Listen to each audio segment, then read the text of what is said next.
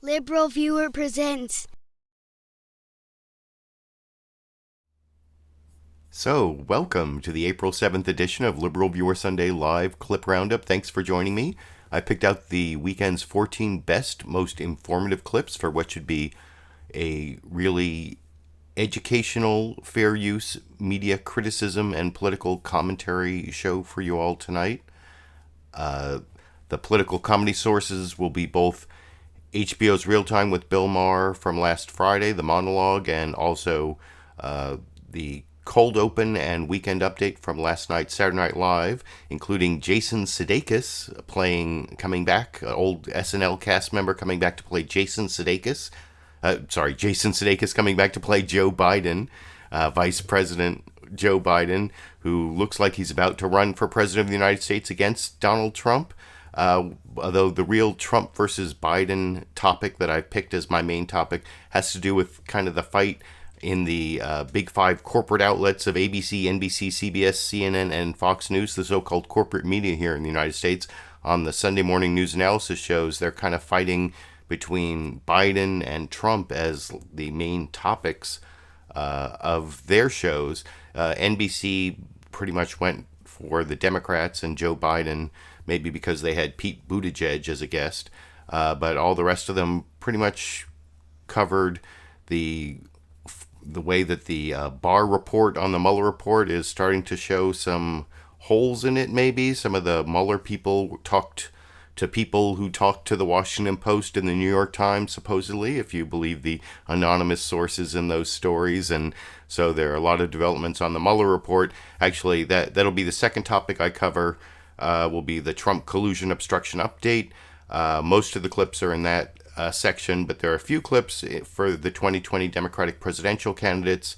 The Biden response to the accusations against him I covered last week, plus Pete Buttigieg, and I have a 5-minute Barack Obama clip from his town hall in Europe talking about whether what principles you can compromise on and what principles you can't compromise on in the purity test of the Democratic Party. So all that's coming up, but as I promised, I'm going to start off with Jason Sudeikis as Joe Biden in the Saturday Night Live cold open, dealing with the accusations. He's just too touchy-feely, including the one from Lucy Flores I showed last Sunday, and you can see this is about the first, a little less than 2 minutes of a longer cold open.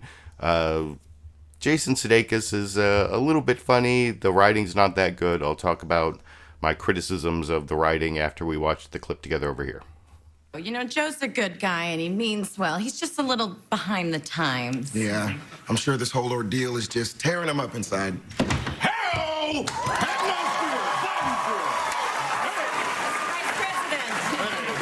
Hey, Jackie, how are you? Oh, good. Nice to see you, dear. Thank you. So good to see you. Okay. Hey. Brother man, come here. Gary, how you doing?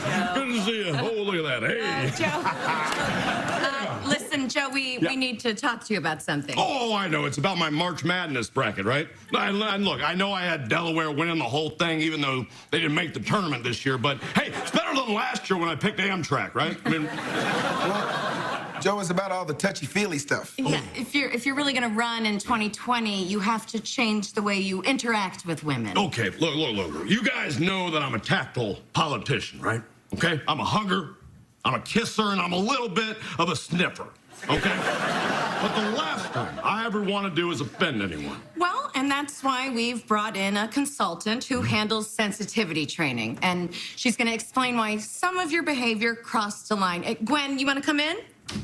What? Hi, Mr. Biden. Oh. Hey, it's really great to meet you, Gwen. It really is. I appreciate you coming here. Mr. Vice President. 1 second, I'm just connecting. 1 second. Sorry for the interruption. Really, truly, thank you. Now, what were you saying? Yeah. So this is exactly the kind of thing that I'm here to prevent. Okay. Oh, wait, no, I think nose to nose is going to be okay. You know, here, because look, I did the 23andMe thing, like Lizzie, what's her name? Lizzie Warren, right? Yeah. And it turns out that I'm 1% Eskimo, so I'm allowed to do the kisses. It's okay. So yeah, that Eskimo kisses, 23andMe, Elizabeth Warren, joke, that was one of the best jokes of all. And I guess there was this whole Lou Rawls playing Lou Rawls in the background joke that I could have showed, except that would have involved showing copyrighted music, which I've had bad experiences with that on YouTube that I don't want to go into. That would be a huge tangent. But my point being, those weren't really all that funny, those jokes. Jason Sudeikis is a very affable actor, and I enjoy much of his work, but and I can't really fault him for his, his joyful, boisterous Joe Biden happy. Although, I don't know, Joe Biden didn't seem so happy this week. He didn't seem that jovial, but the writing wasn't that good. In fact, the best Joe Biden joke from Saturday Night Live, I think, was on Weekend Update. I'm not going to show their whole Joe Biden coverage, but just this last joke, and then it'll go in. This is a Colin Jost making a joke about Republican response to Joe Biden, and then Michael Che talking a little bit about the Mueller report. And as usual, Michael Che's jokes seem to say more about Michael Che than about the news topic, although there's a little bit there that I'll talk about a little more after we watch this 1-minute Weekend Update clip together over here. A pro-Trump group released a new ad saying that Biden's behavior with women is unacceptable and should instantly disqualify him from running. The group's name is Independent Republicans of New York, or Irony.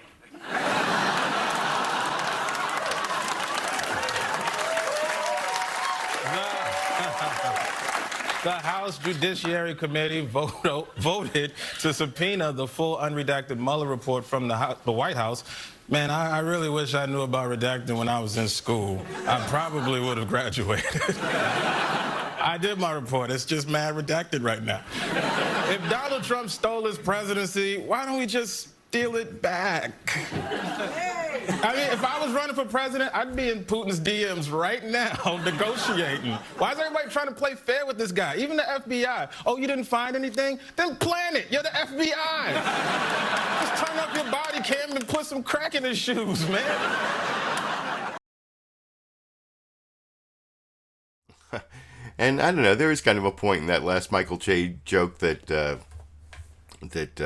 rich white people like Donald Trump don't get the same police treatment from the FBI or other cops that maybe people like Michael Che are more used to, the planting of evidence.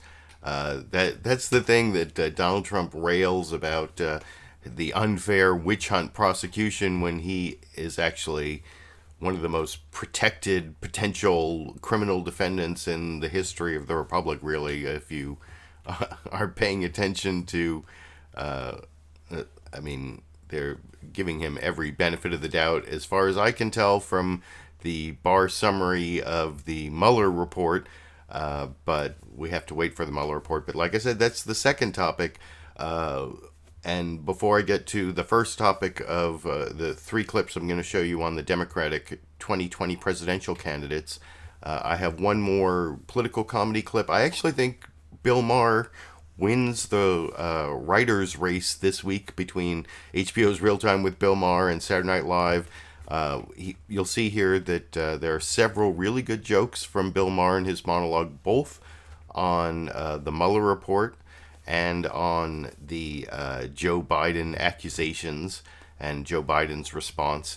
I especially like the way that Bill Maher is saying, he starts off this his monologue talking about how the people thought that people who saw him last week thought he had gone too far, and still claiming that Trump might have been guilty of wrongdoing. But now this week, all those people said, well, the Mueller investigators would have said something if the bar summary of the Mueller report were not true. Well, that actually kind of happened this week, which was a real focus of Bill Maher's monologue. Not so much, you'll see it gets covered in some of the news summaries I'm going to show you in a little bit, but I think actually in some ways Bill Maher covers that news a little better than the actual news programs.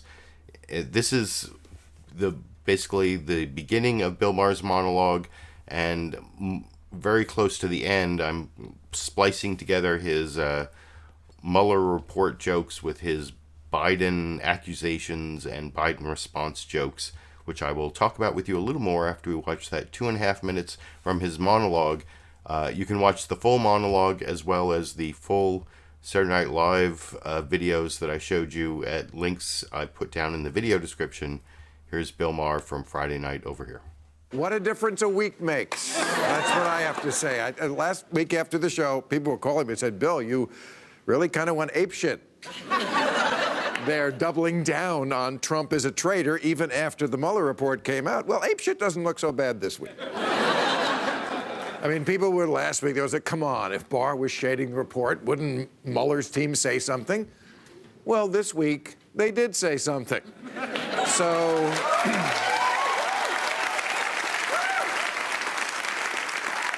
So unroll your eyes and go re-fuck yourself.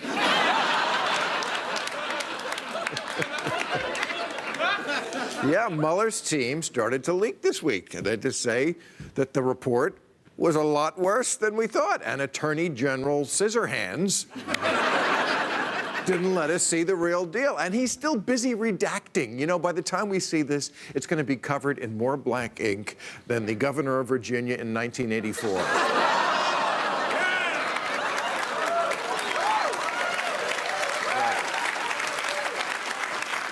You're right, always safe to groan first. Anyway, but you know, it could be that Barr winds up doing what James Comey did. Remember at the end of the Hillary investigation, comes out and he says, even though Hillary didn't do anything criminal, here's every little thing Hillary did wrong. I have a feeling Barr might do the same thing. He might come out and say, even though what Trump did isn't criminal, here's every little thing Hillary did wrong. I do think that could happen. Biden is still at large. Women are being urged to walk at night in pairs. I just want to make that clear. No, he was out. Did you see Joe Biden say he finally emerged? He came very close, so this close to saying he was about to run, but we still don't know if that's true. We do know it's true that his hands have been part of an exploratory committee for decades. But, you know, we're getting a little nitpicky. I mean, of course, no one likes to be touched unwantingly, and women get a lot more of that than men. But the first person who brought this up said he made her feel gross and uneasy. Yeah, you know what makes me feel gross and uneasy? A second Trump term. That makes me feel very gross and uneasy. So what do you think? Bill Maher's writers beat Saturday Night Live's writers this week? I happen to think so. Especially like the joke about how Bill Barr is going to repeat James Comey's mistake when he cleared Hillary Clinton but said every little thing that Hillary Clinton did wrong. Well, now Bill Barr is going to clear Donald Trump but still say every little thing that Hillary Clinton did wrong. But I think that may actually, that's not even a joke. I think that may be where we're headed. If you listen to what's going on Fox News a lot of the time, they're talking more about like, we've got to, and if you read Donald Trump's tweets, it's we've got to go to the oranges of the investigation. That didn't even really come up on any of the news shows. The whole thing where Trump kept saying he wanted to get to the oranges of the investigation, and that's, you know, every little thing that Hillary Clinton did wrong and Barack Obama. And anyway, I'm going to get to the Barack Obama and Hillary Clinton, well, the Barack Obama clip, and I guess that's the oranges of the Hillary Clinton campaign were Barack Obama. But before I get to that, before I get to the Barack Obama clip, I want to show you the NBC News Meet the Press news summary from this morning. And like I said before, there was a Trump versus Biden. There was a Trump versus Biden battle as the main topic for the Sunday morning news analysis shows this morning. And NBC News' Meet the Press was the show that decided that the Democrats and Joe Biden were the main story, while all the other news shows pretty much decided it was Trump, and some of them covered, you know, Trump at the border, but mostly Trump in the Mueller report. But here's NBC News' Meet the Press summary. I think this may be a example of the news media bias I've talked about, where they have this bias towards whoever they have as an exclusive guest. Meet the Press had Pete Buttigieg, and I will show a Pete Buttigieg clip as one of these 3 clips on the Democratic candidates. And anyway, so because they had Pete Buttigieg, I think maybe they focused more on the Democratic candidates, but they also gave more coverage to the response to the Biden accusations than any of the other news programs. And anyway, I'll talk about all of that a little more with you after we watch the 4-minute, 13-second Meet the Press news summary together over here. Monday morning. There is a truism in American politics that has enormous implications for the 2020 presidential race. When we elect new presidents, they are in many ways the polar opposites of the outgoing president. We followed the Watergate-soaked Richard Nixon with the "I'll never lie to you" Jimmy Carter. When the job seemed too big for Carter, we replaced him with the breezily confident Ronald Reagan. Later, the button-down George H.W. Bush served 1 term before being beaten by the sax-playing "I Feel Your Pain" baby boomer Bill Clinton. His sexual excesses led to the restore honor and integrity candidacy of George W. Bush, whose shoot-from-the-hip style begat the studious and nuanced Barack Obama, who was then succeeded by the blow-the-place-up Donald Trump. Given this history, which Democrat, if any, seems best positioned to be that polar opposite of President Trump? As of now, there are 14 major candidates who have announced for the Democratic nomination or filed paperwork, all vying to be that anti-Trump candidate. Among them, 37-year-old South Bend Mayor Pete Buttigieg, who is having the kind of moment that may not have been seen in the Democratic Party since a peanut farmer from Georgia came out of nowhere in 1976. But this week, the Democrats' center of gravity was Joe Biden. The issue not so much if he's going to run, but in this new progressive Democratic Party, whether he should. I just want you to know I had permission to hug Lonnie. Former Vice President Joe Biden appearing before a friendly union audience on Friday joked twice about accusations by women who say he has made them uncomfortable with unwelcome, though not sexual, physical contact. By the way, he gave me permission to touch him. For some of his accusers, it was proof that despite his video earlier this week, And I get it. I get it. that Biden doesn't get it. It was, for me, like a slap in the face. Like, I say I get it. I get it. I believe in women. I advocate for women. That's not what I saw from this speech. Afterward, Biden did some damage control, but still did not apologize. I'm sorry I didn't understand more. I'm not sorry for any of my intentions. I'm not sorry for anything that I have ever done. The controversy is giving new oxygen to questions about whether Biden, who came of age politically during the 20th century, can lead an increasingly diverse Democratic Party in the 21st. Do you believe that the vice president should enter this race? Oh, he's going to have to make that decision for himself. On Friday, Biden took a shot at the new left. The definition of progressive now seems to be changing. It is, are you a socialist? Well, that's a real progressive. Or you believe in, whatever. Biden, like Bernie Sanders, would enter the White House as the oldest president in American history. He also outpolls Trump among self-described moderates and independents and is competitive among Rust Belt voters. And President Trump is paying attention. I said, General, come here, give me a kiss. I felt like Joe Biden. For Democrats eager for a nominee who is the antithesis to Donald Trump and sensitive to anything that appears Trump-like, Biden is just the latest candidate forced to explain and apologize. Sanders is facing allegations that staffers on his last campaign engaged in sexual harassment and assault. And just to be clear, you seem to indicate that you did not know at the time about the allegations. Is that correct? Yes, I was a little bit busy running around the country trying to make the case. Beto O'Rourke is apologizing for comments about his wife and sometimes helping to raise his own kids. Pete Buttigieg is explaining his past use of the phrase, all lives matter. The rise of Buttigieg is a reminder Democrats are looking high and low for an alternative to President Trump. It's unusual for it to even be plausible that a 37-year-old Midwestern mayor is giving national interviews about a possible candidacy for president. But there's something happening right now that calls for something completely different. And joining me now is the mayor of South Bend, Indiana, who is technically still exploring a presidential.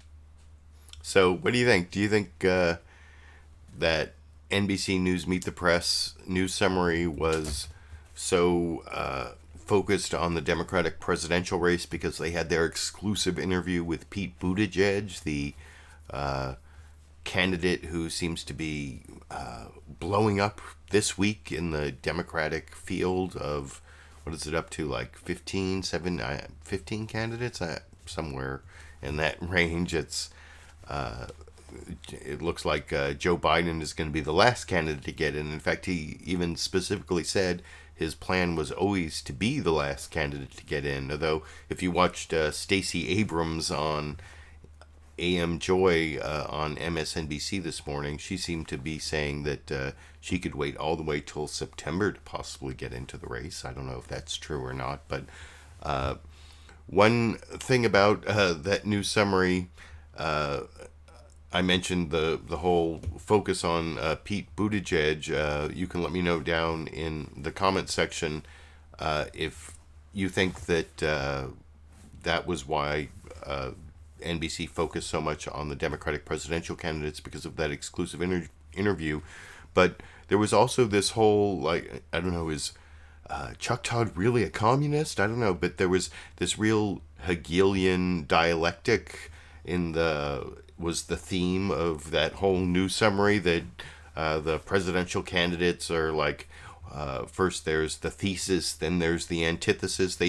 Chuck Todd in the package even used the word antithesis. If you know what I'm talking about, the Hegelian dialectic is that history moves forward. We have like the thesis, which is the way things are, and that is put in conflict with some antithesis that it battles with, and then at the end of that battle they come together in a synthesis which forms the new thesis. And then of course the communist dialectic was a sort of bootstrapped onto the Hegelian dialectic, where it's sort of like the haves versus the have-nots. And anyway, I don't know if that's really the way our presidential elections work, that we always get the antithesis of the last president. Is that really true?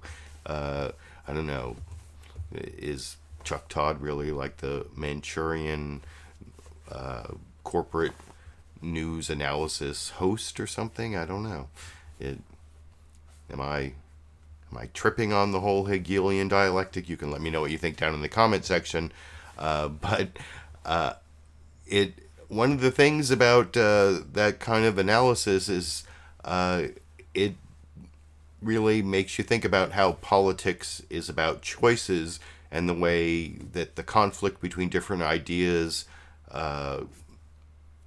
actually require people to make choices about which of their principles are, they can't compromise on, and which ones they are willing to, make a deal on. And that is actually something Barack Obama talks about in this next clip. This is from his the Barack Obama Foundation town hall in Europe, and it's a little over 5 minutes. I don't know, it's sort of like a spiritual cleanser for me to listen to Barack Obama after 2 years of Donald Trump. It reminds me of when we used to have a president who could actually speak about ideas and say things that make sense to me. I don't know.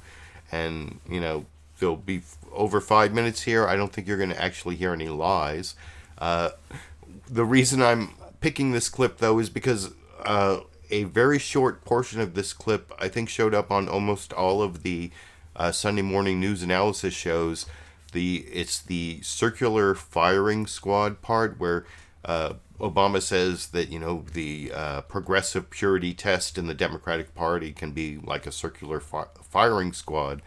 But it's really kind of taken out of context, I think, going all the way back to talking about how FDR, how Social Security under FDR was kind of racist, but it was a compromise that FDR was willing to make, and you have to decide which principles to compromise and which ones not to compromise, which is a little different from the shorter circular firing squad clip a lot of people have been showing. So that's why I wanted to show this longer 5-minute, 20-second clip.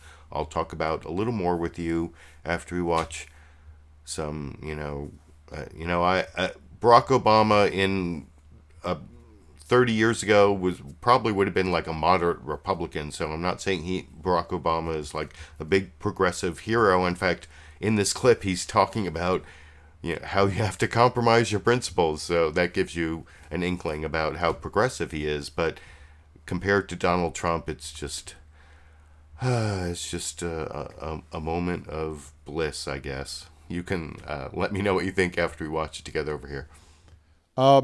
In my own country, in the United States, our pension system, what we call Social Security, when it was first passed, didn't apply to everybody.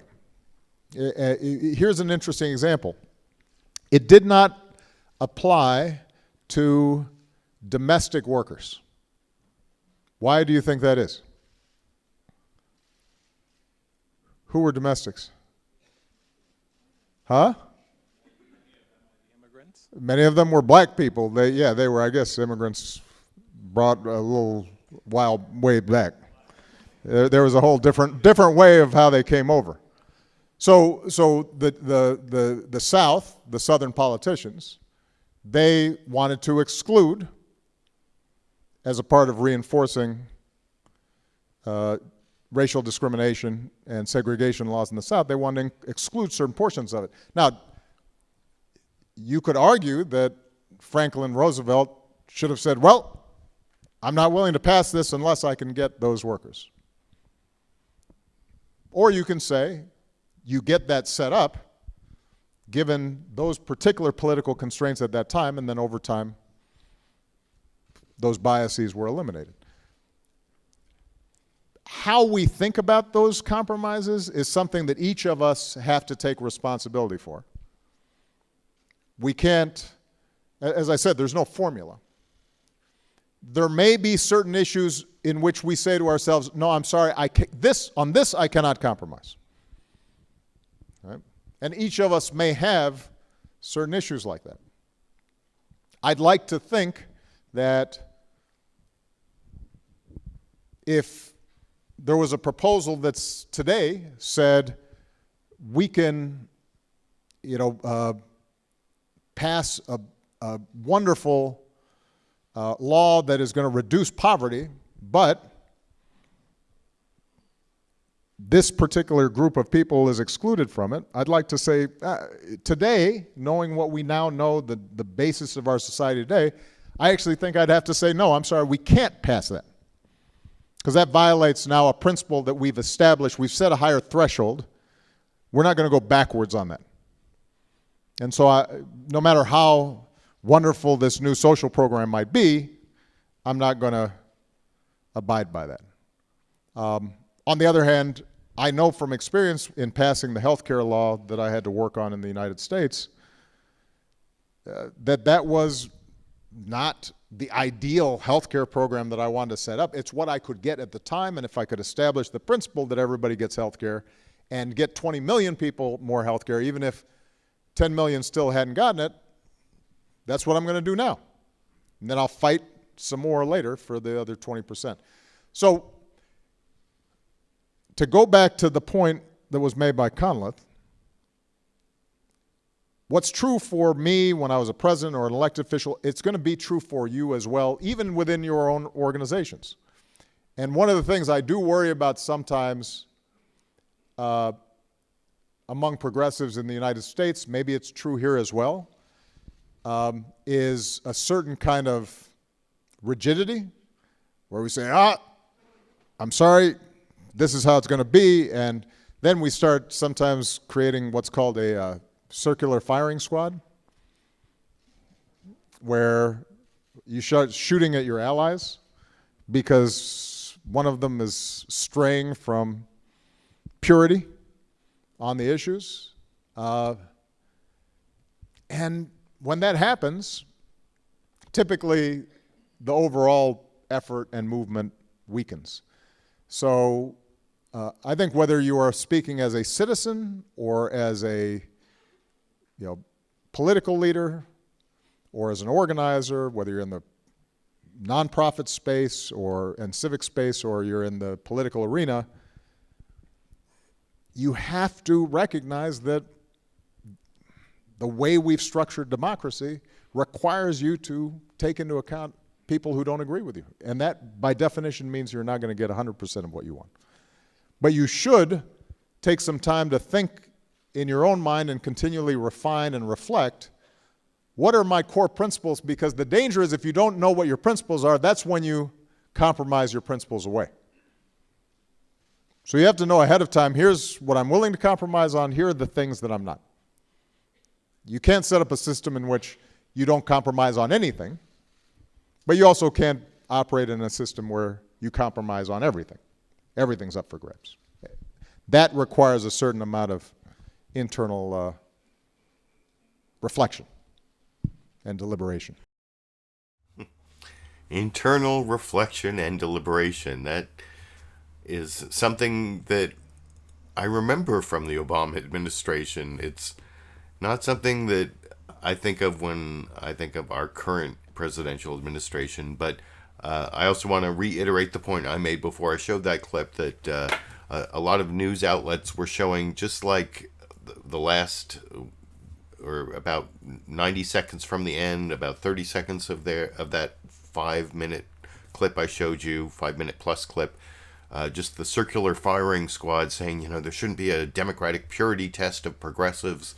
But that's not really even what Barack Obama was saying. If you watch that whole 5-minute, 20-second clip, he's actually saying you have to know what principles you won't compromise on and what, are the more peripheral issues that you might be willing to compromise on, especially to build a wider coalition, which is necessary to win a national election.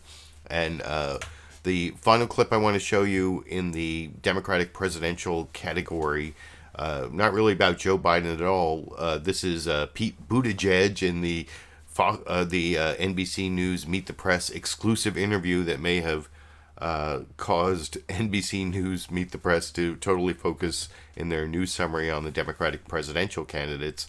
But here Pete Buttigieg makes a really important point about how the ideology of candidates isn't really as important as the way they connect to the voters. And this kind of reminds me of something I learned as a criminal defense attorney doing jury trials, that juries tend to make their decisions emotionally first, and then they come up with the rational reasons later. And I think that may explain what Pete Buttigieg says in this next clip that I think is really interesting about how he's a mayor, a Democratic mayor in South Bend, Indiana, in a county where there are many people who voted for him and Barack Obama, but also Donald Trump and then Mike Pence for governor of Indiana. So what kind of people could vote for Pete Buttigieg, Barack Obama, Mike Pence, and Donald Trump? Well, those are people who connect to politicians emotionally and not necessarily on ideological issues. And I'll talk about all of that a little more after we watch this much shorter, under 2-minute clip together from NBC News' Meet the Press together over here. I want to move a little bit to where you stand in the party. I want you heard Joe Biden. He said, boy, the definition of progressive now seems to be changing. He says, now it's about whether you're a socialist or what's a real progressive. And I know you've been somebody who's trying to push back on this whole labeling issue, but put yourself on the spectrum here. What should Democrats see in you? What do you want Democrats to see in you ideologically? Well, I think I'm a progressive, but I also think the ideological capitalist? analysis. What's that? Sure. Capitalist? Yeah, I think, look, America is a capitalist society, but it's got to be democratic capitalism, and that part's really important, and it's slipping away from us. In other words, when capitalism comes into tension with democracy, which is more important to you? I believe democracy is more important, and when you have capitalism capturing democracy, when you have the kind of regulatory capture where powerful corporations are able to arrange the rules for their benefit, that's not real capitalism. If you want to see what happens when you have capitalism without democracy, You can see it very clearly in Russia.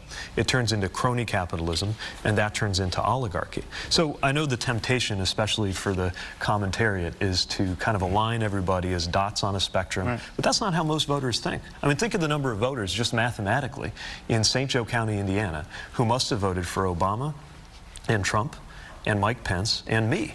So there's a lot more to this than an ideological analysis, especially with the ideology in our country so scrambled. Having a president who doesn't even have an ideology, just a style, undertaking a hostile takeover of the Republican Party, while the Democratic Party has only been able to explain its ideological commitments by comparing itself to the Republicans for the better part of my lifetime. You said something rather strong about the president. So I pretty much previewed my commentary on that last clip before I showed it about how all those voters who voted for Pete Buttigieg, Barack Obama, Donald Trump, and then Governor Mike Pence, and why would people vote for that wide array of candidates? Well, it's because they create an emotional connection, even though their policy, their rational policy analysis would not allow them to have that wide a range of candidates, but that comes after, as I was talking about before I showed the clip. But the other thing I liked about that clip that I didn't say before I showed it is that Pete Buttigieg talked about democratic capitalism, which seems to me like it's a direct assault on Bernie Sanders and democratic socialism. And I've never understood why Bernie Sanders and other, Alexandria Ocasio-Cortez and other democratic socialists use the word socialism when, as I've said many, many times, socialism means government or group, collective, possibly even worker ownership of the means of production.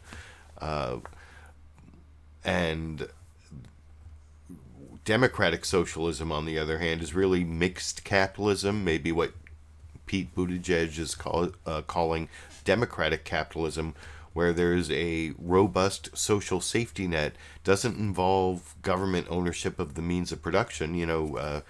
Medicare for all is not socialist unless the government owns the hospitals and employs all the doctors. That would be government. That would be socialism. But if the government is just single payer, where there are still private hospitals and doctors, and there are various iterations of single payer systems that aren't socialistic.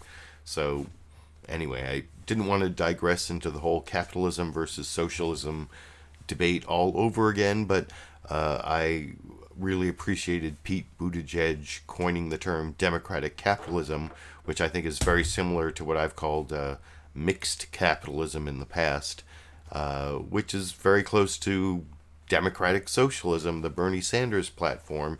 And I just don't know why they use the word socialism. Maybe it's to habituate us, to get rid of the socialism phobia in the United States. I don't know. You can let me know what you think down in the comment section. But that's the last of the clips on the Democratic 2020 presidential candidates and the Biden response topic. The next, 3, 6, 8 clips are all on the Mueller report, obstruction, collusion update, and the first 3 clips are actually the news summaries. This is the whole Trump versus Biden main topic, where Biden was the topic of the previous clips, but the Trump-Russia investigation, you thought it was done? Well, there's still many questions to be answered, as you'll see. Here's ABC News's Meet the Press doing their news summary, pointing out something I said 2 weeks ago. If you remember 2 weeks ago when the Barr summary of the Mueller report came out, I said this may be the best day of the Trump presidency and it's all downhill from here. And I heard a lot of people say that afterwards, even though I was doing that analysis just on my own reading of the Barr summary of the Mueller report. But Here's you can see George Stephanopoulos saying the same thing this morning on ABC's This Week with George Stephanopoulos this morning over here. Good morning and welcome to This Week. 2 Sundays ago may have been President Trump's sweetest day in the White House. Just minutes after Attorney General William Barr released his 4-page summary of Robert Mueller's 400-page report, the president declared victory and vowed revenge on his investigators. But this week, the first signs that at least some on Mueller's team believe Barr's bottom lines did not do justice to Mueller's full report. That has President Trump fuming on Twitter, and with Barr's redacted version of Mueller's report set for release by April 15th, Democrats are demanding to see the full report and the raw material Mueller collected. They're also demanding answers from the White House on why 25 security clearances were granted over the objections of career security experts. Plus the first official request for 6 years of Trump's tax returns, a petition authorized by a 1924 law written after the Teapot Dome scandal. The president is signaling an all-out battle on every front, beefing up his legal team, rallying allies in Congress. And this morning we dig in on the fights ahead with Jay Sekulow from the president's private legal team and Democrats from 2 key committees in the House, Dan Kildee from Ways and Means and Pramila Jayapal from Judiciary, They're up first. Welcome to This Week to both of you. And Congresswoman... I don't have clips of either of those members of Congress. If you want to see the full video from any of the sources from which I'm taking my clips, you can go to the links down in the video description, including, by the way, that whole Barack Obama town hall is available for free on YouTube from the Obama Foundation channel at a link that's down there. But you saw there that ABC's This Week really concentrated on updating us on the Mueller report and the fight to get the Mueller report, and that's also the focus of Jake Tapper on CNN's State of the Union, where the State of the Union this week is feeling whiplash on Trump retreating on healthcare and immigration. You know, he said there was going to be a new healthcare plan, and then said, oh no, not till after the 2020 election, and then he was going to close the border, and then, oh no, we're going to give them a year before. Trump, that's what I was talking about, the deliberation and reflection from the Obama administration that is just like impulsive blurting out tweets. That's the Trump administration, and I think that's the whiplash that is our State of the Union this week from Jake Tapper. And then he also talks about the Mueller report, and I'm looking at my clip list. By the way, if you want to follow along on my clip list of my 14 clips, there's a link to that down in the video description. This is clip number 8. And he also shows Trump blaming anti-Semitism on the Democratic Party, and talks about the Mueller report in this news summary that I'll talk a little more with you about after we watch together over here. Hello, I'm Jake Tapper in Washington, where the State of our Union is feeling whiplash. President Trump seems to be trying his best to move on after the conclusion of the Mueller investigation, advancing and then retreating this week on 2 major policy initiatives, health care and the border, initiatives that failed to gain traction within his own party, and lashing out at Democrats in a speech Saturday at the Republican Jewish coalition. The Democrats have even allowed the terrible scourge of anti-Semitism to take root in their party and in their country. Here in Washington, the Attorney General is expected to release the Mueller report as soon as this week, and President Trump still seems to be feeling the pressure, it seems, saying in a series of tweets Saturday, quote, the Democrats, no matter what we give them, will never be satisfied. And it is true, the Democrats in Congress are not satisfied. House Democrats are launching 2 battles this week that could theoretically go all the way to the Supreme Court, authorizing a subpoena to receive the full Mueller report with no redactions, and formally requesting to see 6 years' worth of President Trump's tax returns. Joining me now, the chairman of the House Intelligence Committee, Democrat Congressman Adam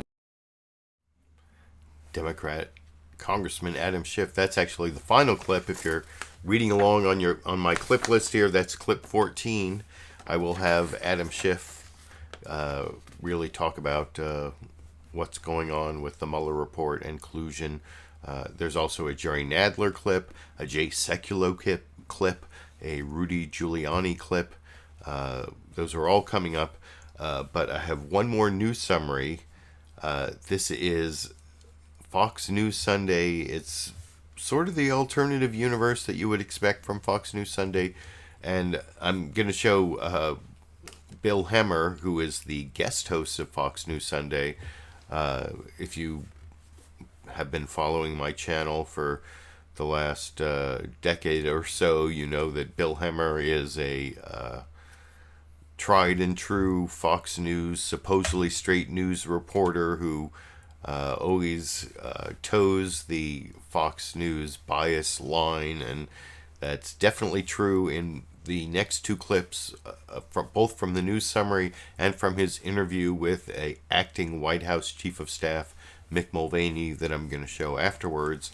Bill Hemmer plays his role as propagandist for Trump TV, aka the Fox News Network.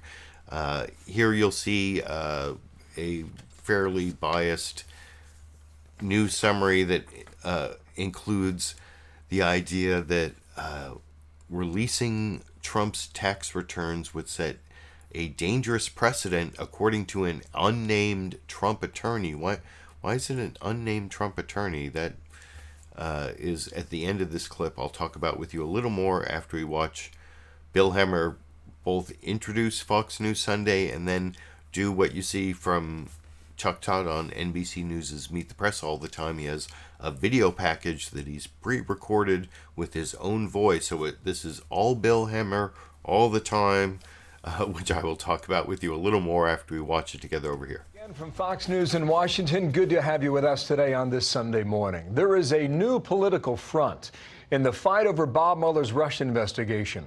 House Democrats are demanding access to the entire 400-page report. Also this week, investigators are seeking Mr. Trump's tax returns as the president pushes his policies over immigration. In a moment, we'll speak exclusively with White House Chief of Staff Mick Mulvaney. But first, here's a look at where the battle lines have been drawn just this week.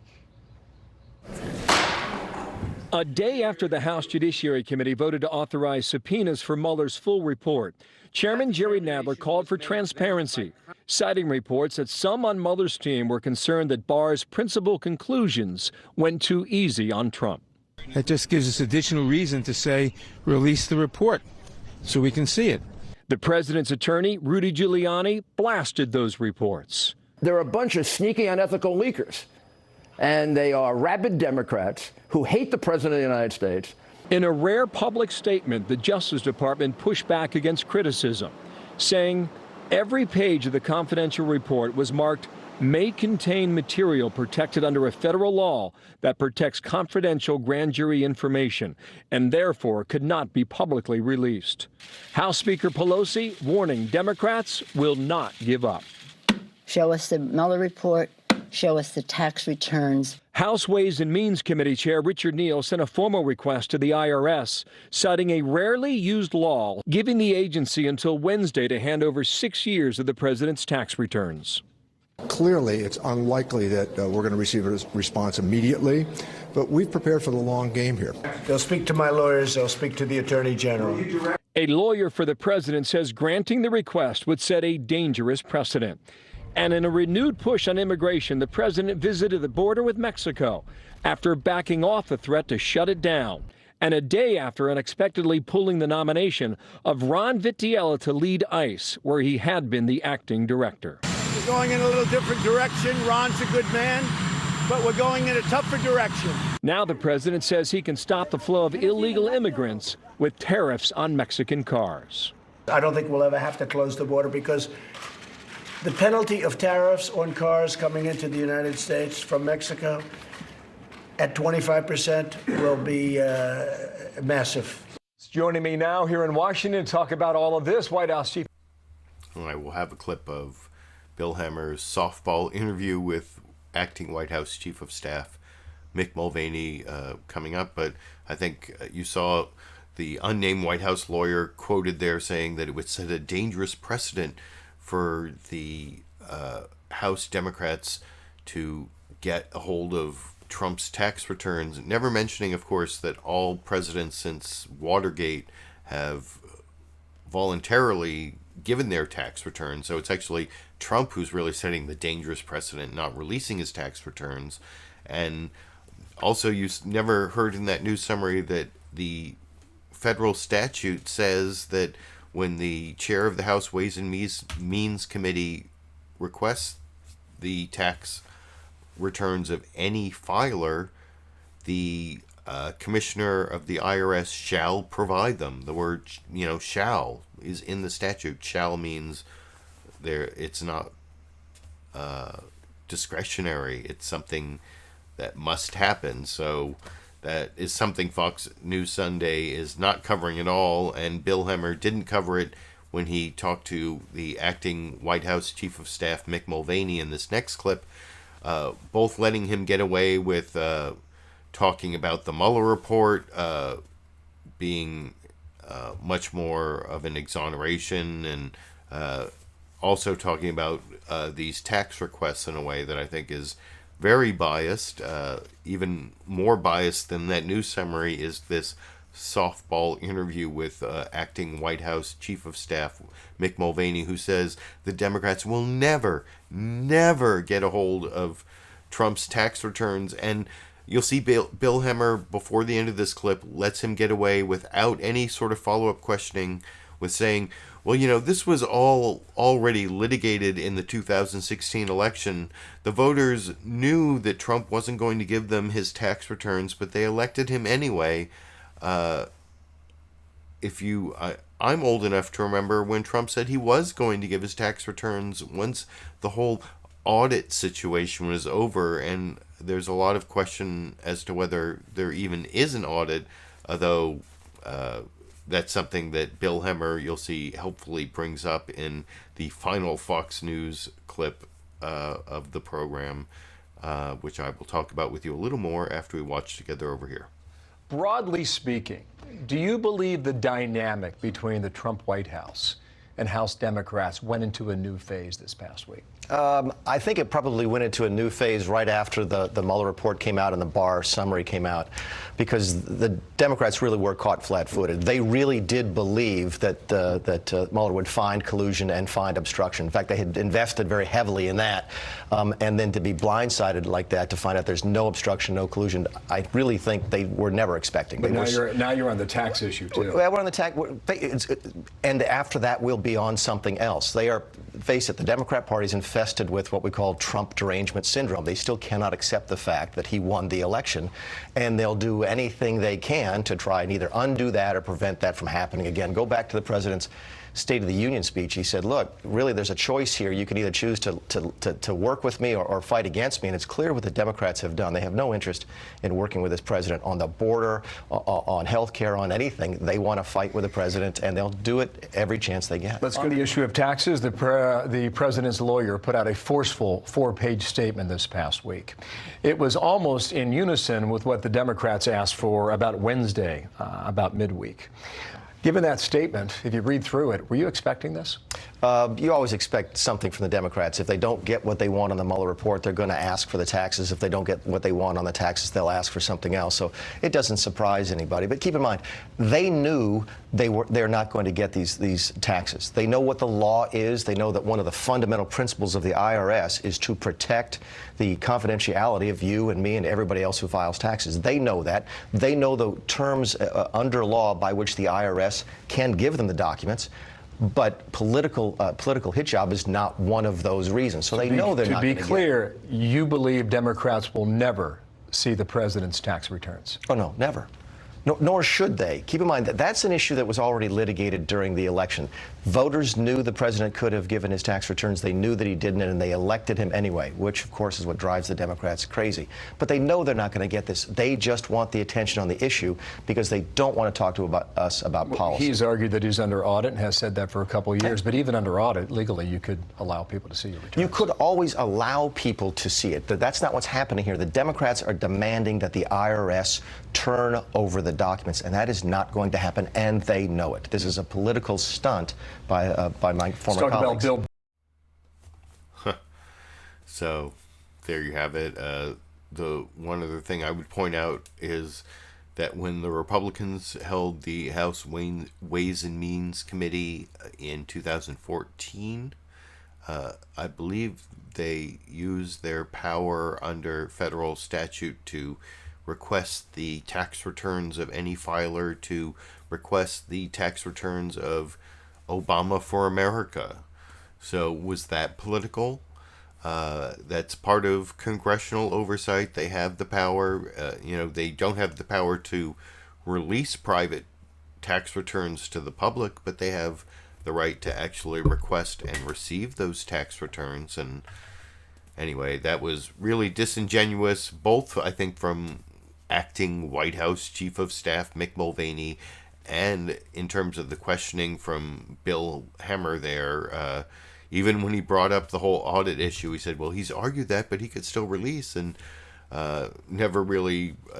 did anyone mention that all presidents since Watergate have released their tax returns, and it's actually Donald Trump who's setting the bad precedent?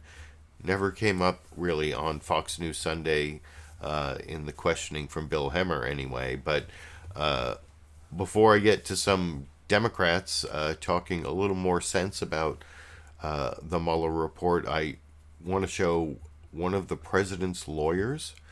I actually have two of the president's lawyers, but there'll be a Democrat in between. This is the president's lawyer, Jay Sekulow.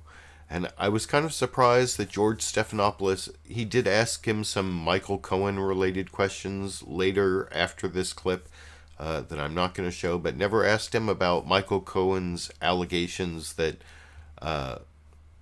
Jay Sekulow was a lawyer who changed his testimony to make it more dishonest regarding the Trump Tower Moscow deal, but that didn't come up. But here is Jay Sekulow talking about the Barr summary of the Mueller report, what Mueller should release, and it's this whole tactic saying, oh, we want to release everything, but it's up to the Attorney General, and, he's got to follow the law, but the thing is, he has so much discretion, and I'm going to talk about that more when I get to the Jerry Nadler and Rudy Giuliani clips coming up. But the really amusing part of this clip, if you pay attention, is there's one part where Jay Sekulow is talking about the Bill Barr summary of the Mueller report, and how he summarized the principal conclusions, but he doesn't say the word conclusions. I won't say what he says, but look for it in the 2.5, a little bit more than 2.5 minute clip from ABC's This Week with George Stephanopoulos this morning over here. Let's move on to the Mueller investigation. It certainly seems from the president's tweets over the last few days and his comments and those of your colleague, Rudy Giuliani, that there seems to be some concern that the full report may be more damaging than the Barr summary. Do you share that? No, because there's two conclusions that are important here to reiterate, and that is in General Barr's letter. He said, I'm only going to discuss the principal conclusions. And what were those principal conclusions? No obstruction, no collusion. On the obstruction piece, he noted that the Office of Special Counsel said there was difficult, that was their words, questions of law and fact, and they would not make a determination. They're not saying the president committed a crime. They're not saying that he was exonerated, which, by the way, special counsels don't exonerate, so I don't even know why that line's in there. But nevertheless, it is. So I think what you're seeing in this discussion about people inside the special counsel's office that are concerned is the if this is true, that they're actually members of that team leaking their concerns about the way things have been phrased to the public, I think is problematic, number one. But number two, look, they probably had legitimate disagreements inside the Department of Justice on how things should move forward one way or another. And the fact is that, obstruction by tweet, which was one of the theories being advocated here, I never took as a basis for obstruction. And by the way, neither did the special counsel, evidently, because their report says they're not making that conclusion, and they said difficult questions of law and fact. And when you have difficult questions of law and fact, you know what you don't do? You don't recommend prosecution. Well, we don't know exactly what they did recommend. We're going to see that perhaps in the next week. Yeah. But does the president still support the full release, the release of the full Mueller report and the underlying documents? Look, the president has said he turns this over to the attorney general. The attorney general, pursuant to the regulations, George, makes the determination as to what's released, how it's released. You have the whole issue, as you noted earlier, with grand jury material. You have that has to be redacted. You can't release grand jury material. That is also a felony. You have situations where people may have been looked at but not charged. That would be inappropriate. That was some of the criticism that was leveled at James Comey. And then, of course, you've got methods regarding national security interests. So there's a process going forward. I think it's moving quickly. I mean, the Attorney General got out his letter putting forward the principal conclusions very quickly. He said you'll have it by the 15th or sooner. That's why I find it ironic that people are talking about subpoenas already for the document when we're probably less than a week away or about a week away from getting them. From some of the documents. So did you notice at one point that Sekulow said principal collusions instead of principal conclusions? That, I don't know, is that a Freudian slip? Whatever. I already talked about Hegel and Marx. Too many Germans. I don't know if I want to get into Freud. So, or wasn't he Austrian? Well, that's kind of German, but whatever. Anyway, I want to follow up that Jay Sekulow defense of the president. The thing that's really striking in there, I mentioned before I showed the clip, is the strategy of the president and his lawyers to say, we want to release everything, but it's really up to the attorney general, and he's just following the law. He's an honest broker or whatever, and the grand jury material actually can be released by a judge if it's in the public interest, and the attorney general should. Jerry Nadler, who is in this next clip, the chair of the House Judiciary Committee, has asked the Attorney General to join in a motion to a federal judge to release the grand jury material. But so far, I guess, no cooperation from the Attorney General on that point. And the Attorney General's also come up with this vague category of material that might be embarrassing to peripheral third parties, which, that's not grand jury material. That's not confidential information. It's this weird extra category, and Jerry Nadler talks about that and several other concerns he has about the bias of Attorney General William Barr, which I think are very legitimate, which I will talk about with you a little more after we watch Margaret Brennan on CBS's Face the Nation cross-examine. I think she is much more rigorous in her cross-examination of the Democrat Jerry Nadler in this clip than she is of Rudy Giuliani in the subsequent clip, which I'll compare and contrast. But first we have to watch the 4 minutes of Jerry Nadler on CBS's Face the Nation right at the beginning of the show with a very brief, 10-second news summary, because Face the Nation didn't have a news summary, but does have news from Jerry Nadler that I'll talk about with you a little more after we watch together over here. As Washington awaits Attorney General William Barr's release of a redacted version of the Mueller report, expected by mid-April or sooner, we begin with House Judiciary Chairman Jerry Nadler, who joins us this morning from New York. Congressman, do you expect to receive the report this week, and what happens once you do? Well, I don't know when we're going to receive it. Attorney General Barr said by the middle of April. It could be the end of this week or beginning of next week. But the important thing is not do we get it this week or next week. The important thing is what do we get. We are demanding, and we have a right, Congress has a right to the entire report with no redactions whatsoever, so we can see what's there. We're already hearing leaks from the Mueller team that didn't leak at all for 22 months, but now seem to be very unhappy. We're hearing leaks that Barr misrepresented in his so-called summary letter what's in the report, that he sugarcoated it, that he made it look more favorable for the president than it was. We're hearing reports. NBC reported that some of the Mueller people were saying that it depicted the Russian campaign, the Trump campaign as having been thoroughly infiltrated by an intelligence operation of the Russian government. We don't know. We're entitled to see it because Congress represents the nation, and Congress has to take action on any of it. So we're entitled to see all of it. Now, well, the some Attorney material General has to said be, he will hand over almost 400 pages, but redact the classified information and Well, anything obtained through a grand jury. He has said he will redact 4 classifications of information. Right. Our position is that he should redact none of it. Congress, the Judiciary Committee, in every similar situation in the past, whether with Nixon or with Clinton or with many other situations, the Judiciary Committee has gotten all the information, all the underlying documents and evidence, and the Judiciary Committee has decided what of that cannot be released to the public. Do you expect that you would have to go to a court to force the release of the grand jury information? Well, yes, we would have to go to a court to get the release of the grand jury information, but that has happened successfully in every previous situation. And it's not up to the Attorney General to decide with respect to that or with respect to other material that he decides Congress can't see. It's not up to him. And remember, he is a biased person. He is someone who is an agent of the administration, who's an appointee, a political appointee of the president, whose interests he may very well be protecting here. So do you actually then reject the entire summary? Do you believe there is possible criminal collusion?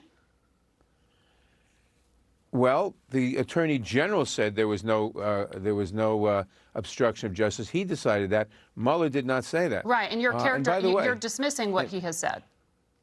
I dismiss what he said. He's a biased defender of the administration, and he's entitled to be a defender of the administration, but he is not entitled to withhold the evidence from Congress. And by the way, let me repeat one other thing.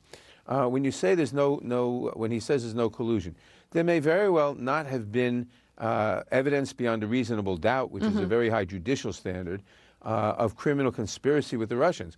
But there was, in plain sight, open collusion with the Russians. When the president's son and campaign manager and son-in-law go to a meeting with the Russians to receive, quote, dirt on Hillary as part of the Russian government's attempt to help the Trump campaign, and that was in the email inviting them to the meeting. They go to the meeting. They say, we want that information. That is collusion. Whether it's criminal conspiracy is another question. Right. But it's and it was that on that collusion. question of criminality, whether it could be prosecuted, that the report was turned in. Those were the conclusions there made. I mean, it sounds like when you were referencing what was the reporting.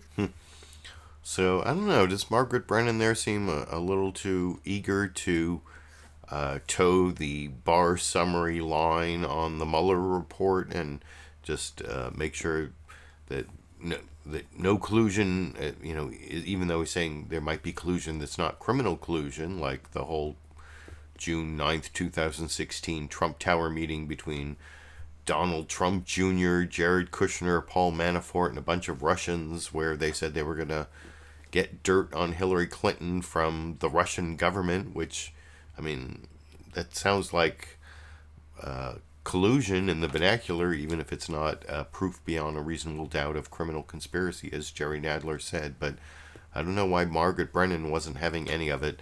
And she seems a lot softer in her interview of Rudy Giuliani. I'm just going to show the first minute and 17 seconds of that interview, where she lets Rudy Giuliani respond to what Jerry Nadler just said. And he keeps saying, he says how honorable a guy William Barr is, and talks about what a great lawyer he is. And it reminds me of some of the things Rudy Giuliani used to say about Michael Cohen before Michael Cohen flipped.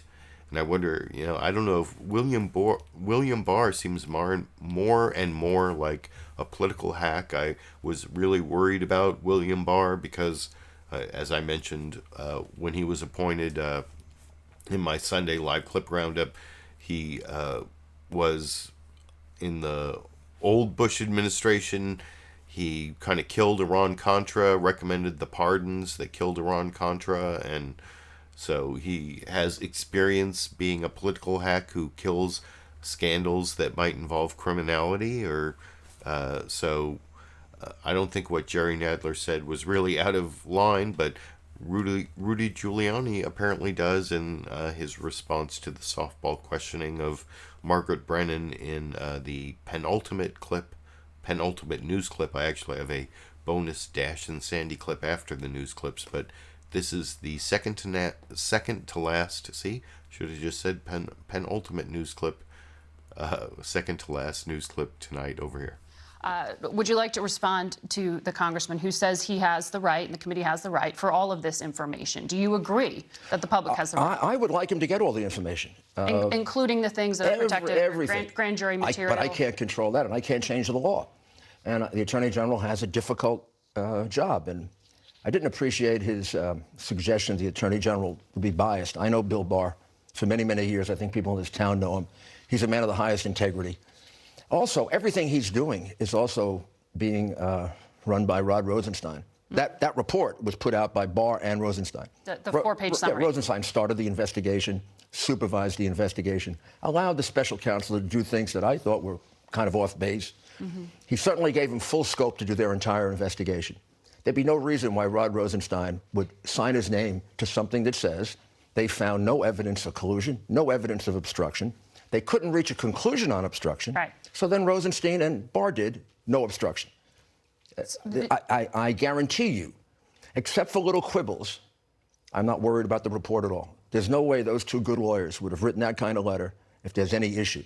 Is the president waiving all executive privilege? I mean, he said publicly he thinks this report should be made public. The president's... And if you want to see the rest of the Rudy Giuliani interview, there's a link down to the Face of the Nation YouTube channel in the video description.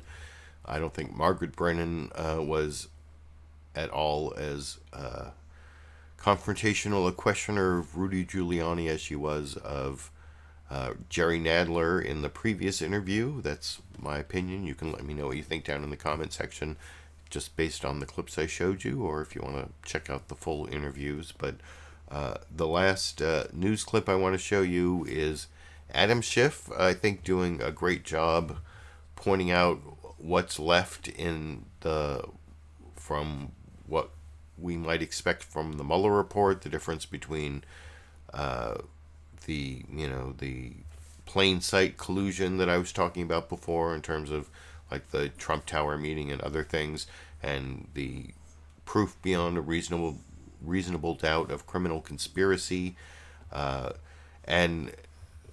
This is on CNN State of the Union with Jake Tapper. You may remember last week I showed Mick Mulvaney on CNN State of the Union with Jake Tapper, where Mick Mulvaney was claiming in response to what Adam Schiff had said about the moral and ethical wrongdoing of the Trump administration also being important, even if it doesn't rise to the level of criminality. Well, Mick Mulvaney says that's not his job, and that actually comes up in this final news clip.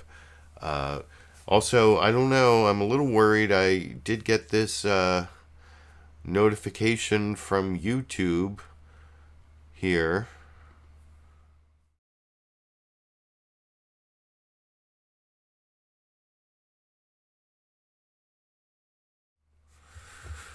They've apparently detected copyrighted content in my stream, and they may block my stream, and I think I made pretty clear that I'm doing fair use media criticism and political commentary on important news clips from the Big Five corporate outlet, corporate media news analysis Sunday shows here. And anyway, I hope my stream is not blocked. I only have one more news clip and then the bonus Dash and Sandy clip, so if something happens, you know why, but I don't think that's going to happen. Here's Adam Schiff talking about, I really like the end of this clip where he talks about both collusion in plain sight and then the need for oversight. So it's like oversight of things that are in plain sight. It's double sight.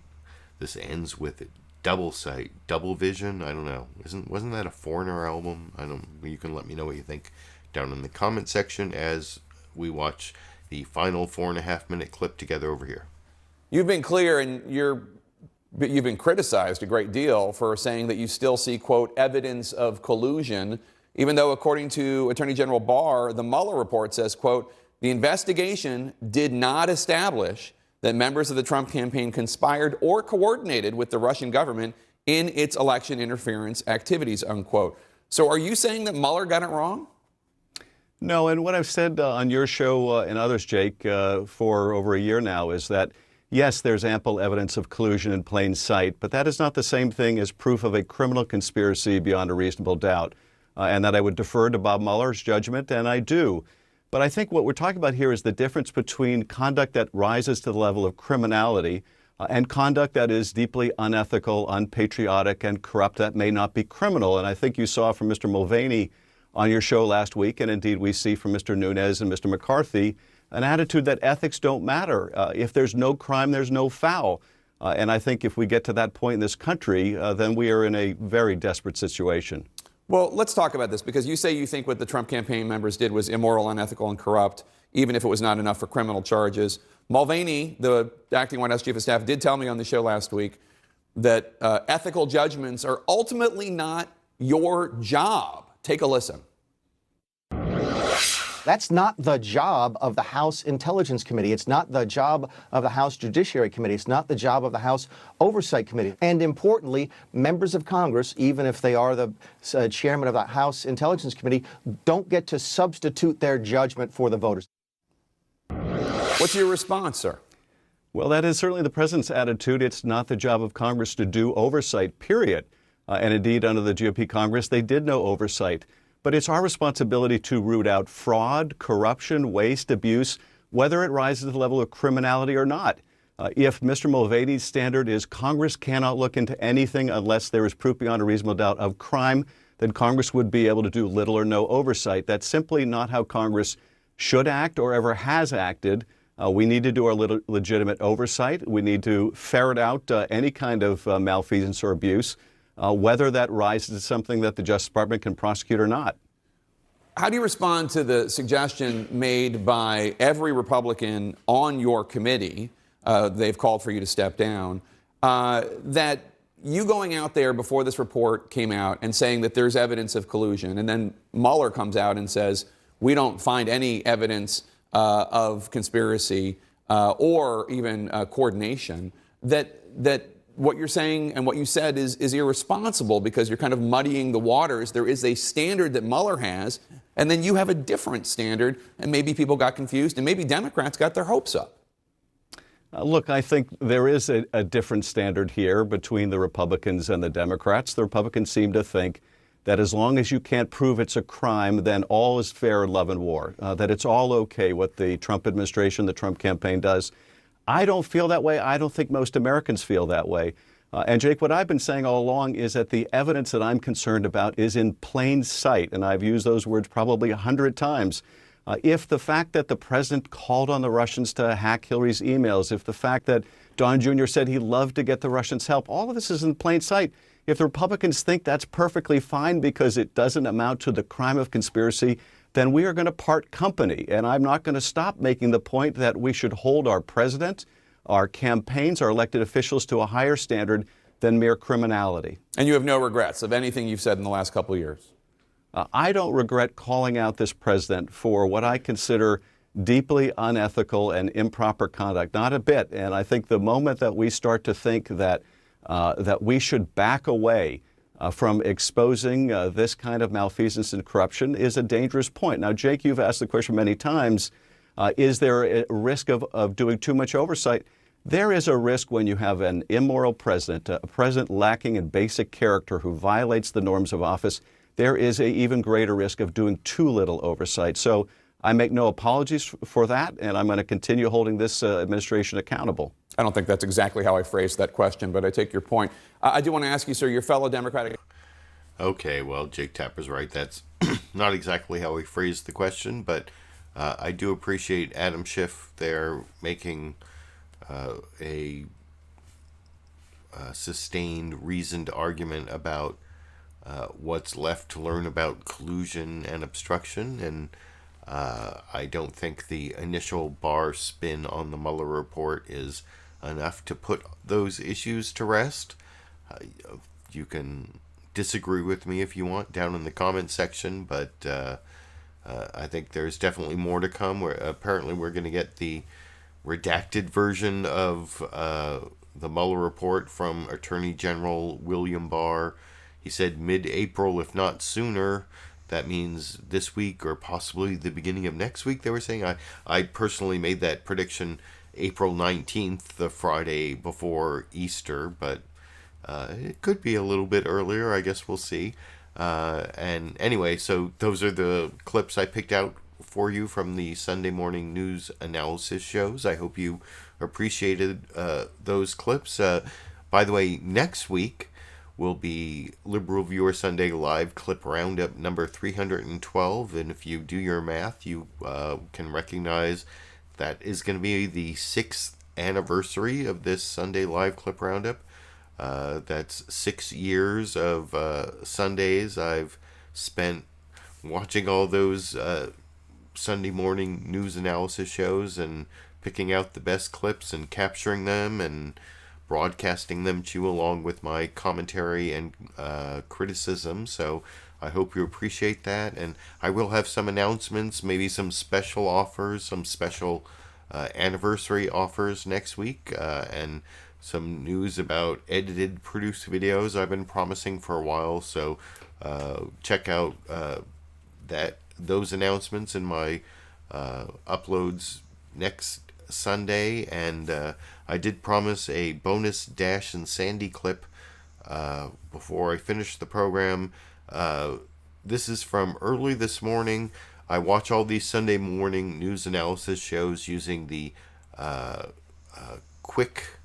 It's not QuickTime. That's there's this speeded up version of video you can watch on TiVo digital video recorders, DVRs.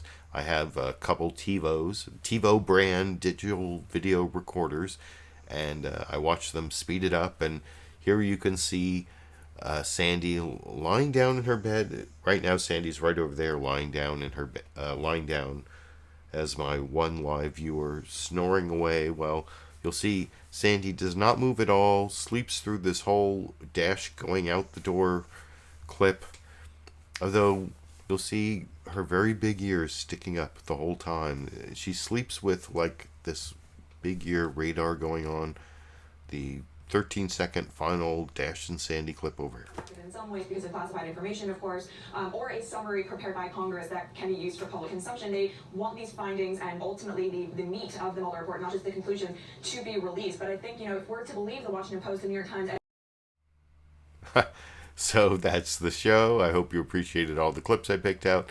I will be back next Sunday for the 6th anniversary edition of my Liberal Viewer Sunday Live Clip Roundup. Maybe we'll have the Mueller report by then.